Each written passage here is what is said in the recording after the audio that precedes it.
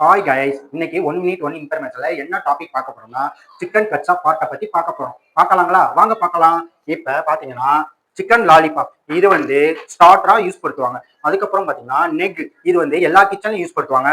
ஆனா stock water use பண்றதுக்கு மெயினா யூஸ் படுத்துவாங்க. அப்புறம் விங்ஸ், சரிங்களா? இந்த விங்ஸ் பாத்தீங்கன்னா இதுவும் ஸ்டார்டரா யூஸ் படுத்துவாங்க. சிக்கன் ட்ரம் ஸ்டிக் இது வந்து கபாப் செக்ஷன்ல யூஸ் படுத்துவாங்க. சிக்கன் பிரஸ்ட் இது வந்து கான்டினென்டல்ல சிக்கன் ஸ்டேக் தயாரிக்க யூஸ் படுத்துவாங்க.